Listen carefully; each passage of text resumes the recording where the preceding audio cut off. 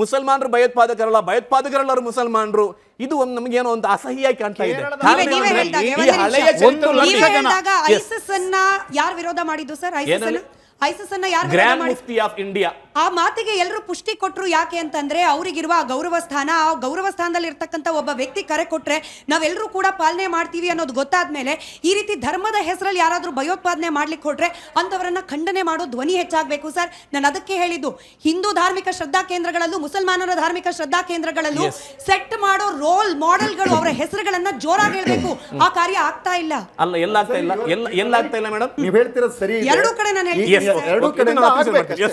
ಎರಡು ಕಡೆಯಿಂದಲೂ ಆಗ್ಬೇಕು. ಇದೇನಾಗ್ತಿದೆ ಅಂದ್ರೆ ಎರಡೂ ಕಡೆಯಿಂದ ಆಗ್ಬೇಕು ಅನ್ನೋದು ಜಡ್ಜ್ಮೆಂಟ್. ಓಕೆ, ಇದು ಏನಾಗ್ತಿದೆ ಮೇಡಮ್, ನಮ್ಮ ಇದರಲ್ಲಿ ರೀಸೆಂಟ್ ಆಗಿ ಏನೋ ಅದೇ ಹೇಳಿದ್ರಲ್ಲ ನೀವು, ಯಾವ್ದು ಮಂದಿರ, ರಾಮ ಮಂದಿರದ್ದು.